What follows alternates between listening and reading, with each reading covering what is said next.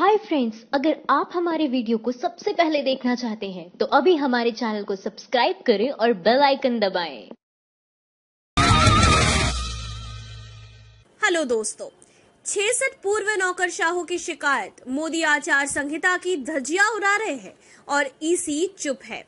चलिए आज के वीडियो के जरिए इसी के बारे में आपको डिटेल्स में और भी कई सारी जानकारी दे। 66 पूर्व नौकरशाहों ने चुनाव आयोग की कार्यशैली पर गहरी चिंता जताते हुए राष्ट्रपति रामनाथ कोविंद को पत्र लिखा है। पत्र में पूर्व नौकरशाहों ने कहा कि इस वक्त चुनाव आयोग की विश्वसनीयता संकट में है। इससे निपटने के लिए जरूरी कदम उठाए जाने की आवश्यकता है। पत्र में आदर्श आचार संहिता के पालन के प्रति चुनाव आयोग की भूमिका को कटघरे में रखते हुए कहा गया है कि चुनाव आयोग ने दर्ज की गई अधिकांश शिकायतों पर किस तरह से कोई प्रभावी कार्रवाई नहीं की। जिन पूर्व नौकरशाह ने राष्ट्रपति को पत्र लिखा है उनमें पूर्व विदेश सचिव शिवशंकर मेनन, दिल्ली के पूर्व उप राज्यपाल नजीब जंग, पंजाब के पूर्व टीजीपी जूलियो रिवेरो, प्रसार भारती के पूर्व सीईओ जवाहर सरकार और ट्राई के पूर्व चेयरमैन राजीव खुल्लर शामिल। नौकरशाहों ने चुनाव आयोग की शिकायत करते हुए मिशन शक्ति के दौरान एंटी सैटेलाइट मिसाइल के सफल परीक्षण के बाद पीएम मोदी के राष्ट्र के नाम संबोधन पर सवाल उठाए। इतना ही नहीं, इस पत्र में नरेंद्र मोदी पर बनी बायोपिक फिल्म, नमो टीवी वेब सीरीज और बीजेपी के कई नेताओं के आपत्तिजनक भाषणों का जिक्र भी किया गया। पूर्व नौकरशाहों ने पत्र में लिखा है कि आचार संहिता का खूब उल्लंघन हो रहा है, लेकिन इसमें चुनाव आयोग की भूमिका सवालिया है। चुनाव आयोग ने सिर्फ दिखावे की कार्रवाई की है, जबकि मौजूदा मोदी सरकार के नेता अपने रुतबे का मनमाने ढंग से उपयोग कर आचार संहिता की धज्जियां उड़ा रहे हैं। उनके ऐसे मनमाने कामकाज से साफ है कि चुनाव आयोग के प्रति भी उनके मन में कोई सम्मान नहीं है। गौरतलब है कि पूर्व नौकरशाहों ने राष्ट्रपति को पत्र लिखने से पहले चुनाव आयोग को भी पत्र लिखकर आचार संहिता के उल्लंघन को रोकने की बात कही थी। इस पत्र में उन्होंने मोदी बायोपिक फिल्म समेत कई और मुद्दों पर चिंता जताई थी। हेलो दोस्तों, अब लातूर में मोदी ने एयर स्ट्राइक के नाम पर मांगे वोट। साक्षी बोली, ईसी कब तक सोएगा। चलिए जानते हैं आज के वीडियो के जरिए इसी के बारे में विशद। देश के पूर्व 66 नौकरशाहों ने चुनाव आयोग की इस लोकसभा चुनाव में भूमिका को लेकर चिंता जाहिर की है। पूर्व नौकरशाहों ने चुनाव आयोग के खिलाफ सवाल उठाते हुए राष्ट्रपति को पत्र लिखा है। चुनाव आयोग पर सवाल इसीलिए उठा रहा है क्योंकि प्रधानमंत्री नरेंद्र मोदी ने महाराष्ट्र के लातूर में बालाकोट एयर स्ट्राइक को लेकर वोट मांगा है और अब तक आयोग ने इस पर कोई कार्रवाई नहीं की है। वहीं विपक्षी नेताओं के भाषण पर चुनाव आयोग स्वतः संज्ञान ले रहा है। देवबंद की रैली में एक पक्ष से वोट करने की अपील को लेकर चुनाव आयोग ने बसपा प्रमुख मायावती से जवाब मांग लिया है। साथ ही सत्ताधारी बीजेपी के ऐसे कई नेता हैं जो लगातार भड़काऊ भाषण और आचार संहिता का भयंकर तरीके से उल्लंघन कर रहे हैं, लेकिन आयोग उन पर कोई कार्रवाई नहीं कर रहा। यूपी के मुख्यमंत्री योगी आदित्यनाथ ने भारतीय सेना को मोदी जी की सेना कहा, मगर आयोग ने योगी को चेतावनी देकर छोड़ दिया। कहा कि योगी आगे से ऐसा ना करे। और एक बार फिर भाजपा नेता नरेंद्र मोदी ने लातूर में वोट मांगते हुए कहा कि संकल्प लीजिए, जो पहला वोट डालने जा रहे हैं। मैं पूछता हूं, क्या आपका पहला वोट बालाकोट में एयर स्ट्राइक करने वाली वीर जवानों के नाम हो सकता है क्या? आपका पहला वोट पुलवामा में जो वीर शहीद हुए उनके नाम समर्पित हो सकता है क्या? मोदी के इस बयान पर पत्रकार साक्षी जोशी ने लिखा, सेना का बार बार इस्तेमाल हो रहा है, खुद पीएम कर रहे हैं, चुनाव आयोग कब तक सोएगा। चुनावी मौसम में आदर्श आचार संहिता चुनाव आयोग ने लागू की है, मगर आचार संहिता का खूब उल्लंघन हो रहा है। कई बड़े नेताओं ने खिलाफ आचार संहिता के उल्लंघन की शिकायत की गई है। ऐसे में जिस तरह से आयोग कार्रवाई कर रहा है उससे प्रधानमंत्री मोदी और सीएम योगी बच जाते हैं और विपक्षी नेता फंस जाते हैं। ऐसा क्यों है? इसका जवाब देश की जनता को भी सोचना चाहिए। हेलो दोस्तों, कर्नाटक के बाद अब यूपी में योगी ने अली बजरंगबली का राग अलापा। यहाँ भी हारने वाली है बीजेपी। चलिए जानते हैं आज के वीडियो के जरिए। लोकसभा चुनाव से ठीक पहले बीजेपी को अपना सियासी किला जीतता नजर आ रही है, जिसे बचाने के लिए वो संकट मोचक भगवान हनुमान का सहारा ले रही है। उत्तर प्रदेश के मुख्यमंत्री योगी आदित्यनाथ ने मतदान से महज 2 दिन पहले एक बार फिर भगवान हनुमान को याद किया।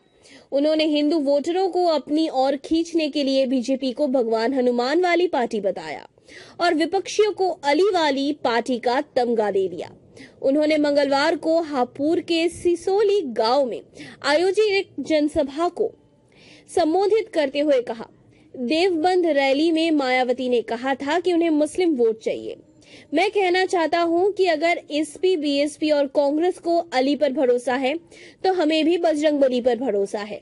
ये इस बात को मान चुके हैं कि बजरंगबली के अनुयायी उन्हें कभी बर्दाश्त नहीं करेंगे। बता दें कि चुनाव आयोग ने लोकसभा चुनाव में सभी राजनीतिक दलों और नेताओं से प्रचार अभियान के दौरान जाति, धर्म, भाषा और क्षेत्र आदि के नाम पर ऐसी भावनात्मक अपील करने से बचने को कहा है जिससे समाज में भेदभाव और तनाव फैलता हो। योगी आदित्यनाथ ने अपनी रैली में चुनाव आयोग के निर्देश की धज्जियां उड़ाते हुए कहा कि हिंदुओं के पास भारतीय जनता पार्टी के अलावा कोई और विकल्प नहीं बचा है। देश में दलित मुस्लिम एकता संभव नहीं है। उन्होंने कहा कि विभाजन के वक्त दलित नेताओं के साथ क्या पाकिस्तान में किस तरह का बर्ताव हुआ, यह पूरी दुनिया ने देखा। उन्होंने कहा कि जब योगेश मंडल ने पाकिस्तान में दलितों पर अत्याचार देखा तो वो वापस भारत आ गए।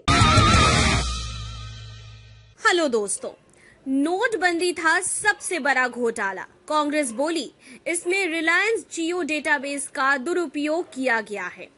चलिए जानते हैं आज के वीडियो के जरिए इसी के बारे में विशद में। कांग्रेस के वरिष्ठ नेता कपिल सिब्बल ने आज को प्रेस कॉन्फ्रेंस के जरिए नोटबंदी को लेकर कई बड़े खुलासे किए हैं। उन्होंने मुकेश अंबानी की टेलीकॉम कंपनी रिलायंस जियो पर गंभीर आरोप लगाते हुए कहा है कि नोटबंदी के दौरान आरबीआई में बार बार करेंसी एक्सचेंज लेन देन दिखाने के लिए रिलायंस जियो डेटाबेस का दुरुपयोग किया गया। कपिल सिब्बल ने ये खुलासा कैबिनेट सचिवालय में असिस्टेंट के पद पर तैनात राहुल रत्रेकर के हवाले से किया। उन्होंने कहा कि राहुल रत्रेकर बताते हैं कि कैसे रिलायंस जियो डेटाबेस का दुरुपयोग आरबीआई में बार बार करेंसी एक्सचेंज लेन देन दिखाने के लिए किया गया था। सिब्बल ने कहा कि रत्रेकर बताते हैं कि 1 लाख करोड़ की 3 सीरीज डुप्लीकेट में छपी और विदेश में छपे इन करेंसी नोटों को हिंडन एयरफोर्स बेस पर एयरफोर्स ट्रांसपोर्ट प्लेन में कैसे भारत लाया गया। रत्रेकर ने ये भी बताया कि सत्तारूढ़ बीजेपी के राष्ट्रीय अध्यक्ष अमित शाह किस तरह से करेंसी की अदला बदली को नियंत्रित कर रहे थे। कपिल सिब्बल ने प्रेस कॉन्फ्रेंस में एक वीडियो भी दिखाया जिसमें उन्होंने दावा किया कि नोटबंदी के दौरान मुंबई में पुराने नोटों को बड़े पैमाने पर बदला गया था और इसमें बीजेपी के नेता शामिल थे। वीडियो में महाराष्ट्र औद्योगिक विकास निगम के गोडाउन को दिखाना गया है। दावा किया गया है कि गोडाउन में पैसे बदले गए थे। सिब्बल ने दावा किया कि कमीशन के आधार पर इन नोटों को बदला गया था। कपिल सिब्बल ने राहुल रत्रेकर के हवाले से दावा किया कि 26 लोगों को विशेष रूप से आरबीआई के साथ समन्वय और पर्यवेक्षण के लिए विभिन्न विभागों में भर्ती किया गया। उन्होंने पुष्टि की कि उर्जित पटेल के हस्ताक्षर वाली नई करेंसी वास्तव में 6 महीने पहले छपी थी। हेलो दोस्तों, राफेल डील में नया खुलासा। मोदी ने फ्रेंच कंपनियों को पहुंचाया फायदा, एससी में नहीं किया जिक्र। चलिए जानते हैं आज के वीडियो के जरिए इसी के बारे में विशद में। अंग्रेजी अखबार द हिंदू ने राफेल सौदे को लेकर एक और बड़ा खुलासा किया है। अखबार का दावा है कि केंद्र की मोदी सरकार ने राफेल के ऑफसेट सौदे में शामिल कठोर शर्तों को हटाकर फ्रांस की 2 कंपनियों दसा एविएशन और MBDA को बड़ी राहत दी थी। द हिंदू में छपी रिपोर्ट के मुताबिक प्रधानमंत्री नरेंद्र मोदी की अध्यक्षता वाली सुरक्षा मामलों की मंत्रिमंडलीय समिति द्वारा फ्रेंच कंपनियों को दी गई इस राहत पर तत्कालीन रक्षा मंत्री मनोहर पारिकर ने असहजता महसूस की थी। उनका मानना था कि ये रक्षा खरीद प्रक्रिया से काफी हटकर है। दोनों कंपनियों को रक्षा सौदे की प्रक्रिया के स्टैंडर्ड कॉन्ट्रैक्ट दस्तावेज के कई प्रावधानों के अनुपालन से छूट दी गई। दोनों कंपनियों को राफेल के ऑफसेट सौदे में शामिल 2 प्रावधान और इंडस्ट्रियल सप्लायर्स के खातों तक पहुंच से परेशानी थी। बता दें कि 24 अगस्त 2016 को राहत दिए जाने के बाद इन दोनों कंपनियों ने 7.87 अरब डॉलर की डील तहत ही 23 सितंबर 2016 को भारत सरकार के साथ ऑफसेट समझौते पर हस्ताक्षर किए थे। रिपोर्ट में यह भी दावा किया गया है कि मोदी सरकार ने डीपीपी 2013 को 2 और अनिवार्य प्रावधानों को हटा दिया। इन प्रावधानों के जरिए सौदे में अनुचित प्रभाव के इस्तेमाल और एजेंसी कमीशन पर प्रतिबंध लगाया गया था। दोनों का जिक्र एससीडी के आर्टिकल 22 और 23 में है। इसके अलावा किसी अपराध के मामले में निजी इंडस्ट्रियल सप्लायर्स के खिलाफ पेनल्टी लगाने की शर्त भी चुपचाप हटा दी गई। यही नहीं, इसे हटाने के लिए सीसीएस से मंजूरी लेने की जरूरत भी नहीं समझी गई। रिपोर्ट के मुताबिक मोदी सरकार ने इन महत्वपूर्ण तथ्यों को सुप्रीम कोर्ट से छुपाया है। बता दें कि ऑफसेट पॉलिसी में ये बड़े बदलाव अगस्त 2015 में किए गए और इसे 21 जुलाई 2016 के भारतीय नेगोशिएशन टीम की फाइनल रिपोर्ट में शामिल किया गया। आज के लिए इतना ही। इस वीडियो को देखने के लिए बहुत बहुत धन्यवाद। आशा करते हैं ये वीडियो आपको जरूर पसंद आया होगा। इस वीडियो को लाइक और शेयर करना बिल्कुल ना भूलें और हमारे YouTube चैनल यानी माइंड द न्यूज को अभी सब्सक्राइब करें।